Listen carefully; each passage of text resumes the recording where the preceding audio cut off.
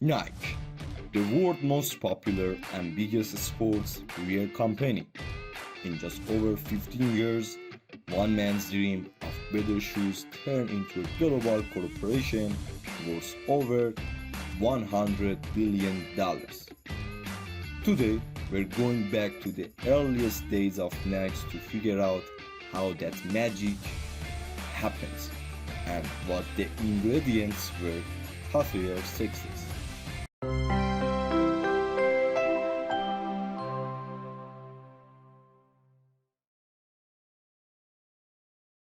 The year is 1962, and Phil Knight had just graduated from Stanford. As any business graduate can tell you, becoming an entrepreneur is difficult if you don't have any good ideas, but Phil had one. He was a distance runner back in university, and in one of his business classes, he had written a paper proposing the following idea. Phil had seen how Japanese cameras had replaced the dominant German cameras in the American market, and he wondered whether Japanese shoes could do the same. Puma and Adidas, which were at the time extremely popular in America. And by the way, this is instead how pronounced Adidas. But back to Phil. After writing that paper and graduating, Phil became obsessed with his idea about bringing Japanese shoes to the USA. Of course, he didn't actually own any Japanese running shoes, and the few he had seen were brought stateside by soldiers who had been stationed in Japan during the occupation after the Second World War. But this lack of exposure only reserved Phil that he had stumbled upon a great opportunity. He knew that to take advantage of it had have to establish contact with a Japanese company and negotiate to import their goods to America, both of which were action he had exactly zero experience with. But as is befitting of the man who later created Nike, he went ahead and just did it. In November 1962, he flew over the Japan like a tourist and just started exploring. In the beautiful city of Kobe, he stumbled upon a shoe store that caught his eye. It belonged to a company called Onitsuka Tiger, and shoes they made were for their time were high quality. So much so that Phil made his mind to import them back home.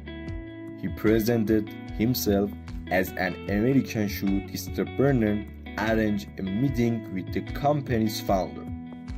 Phil made up a company name on the spot and offered to become Onitsuka distributor in America, a proposal which probably saw his surprise.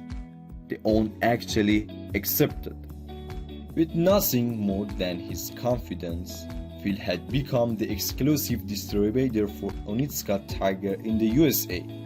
He received his first shipment of 12 pairs of Tiger shoes in 1963, and he started selling them out of the back of his car at every running track he could drive to.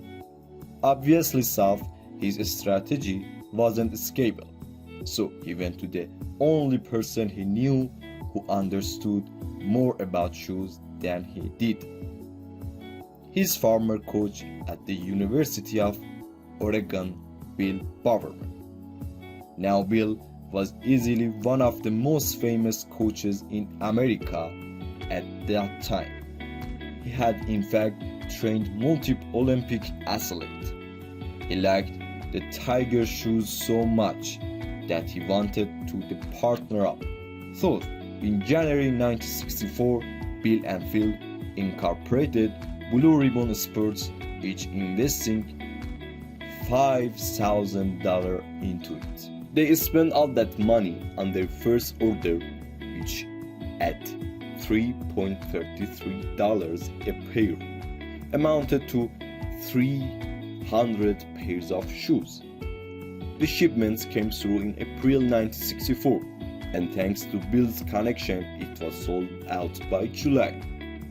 In their first year, BRS sold $8,000 worth of shoes, and with that money, Phil started hiring salesmen for his company.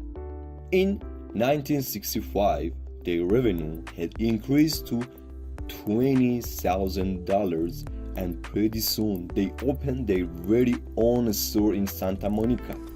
But while Phil was handling the business side of the operation, the actual innovation was coming from Bill. He was the guy who single-handedly brought jogging to America. In 1966, he wrote a book about it that sold over 1 million copies, and of course, his company was among the first to start marketing the Tiger shoes for jogging.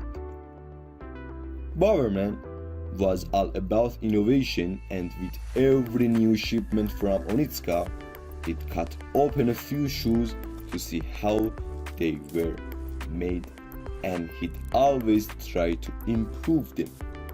For example, adding to the cushion or using more lightweight materials. He'd constantly send his notes to Japan requesting changing. He was effectively designed Onitska shoes for them. It was one of Bill's designs that catapulted BRS into the mainstream.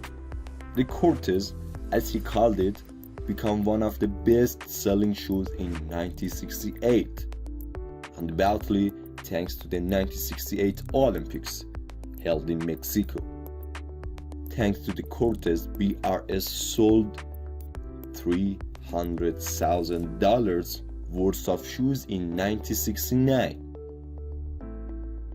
In 1971, he started working on the branding. His first employees suggested calling the brand Nike, after the Greek goddess of victory. Then Phil needed a logo, so he went to a nearby university, snatched by the first graphic design student he could find, and told her to make him a logo. For the impressive sum of $35, he got this. In hindsight, that was money well spent, and with his branding now complete, Phil was ready for the Olympics. This time, instead of looking himself into exclusive agreements, Phil established a network of subcontractors across Japan. With production under his control, Phil could finally spread his wings. In 1971, from then on, the story of Nike became one of growth.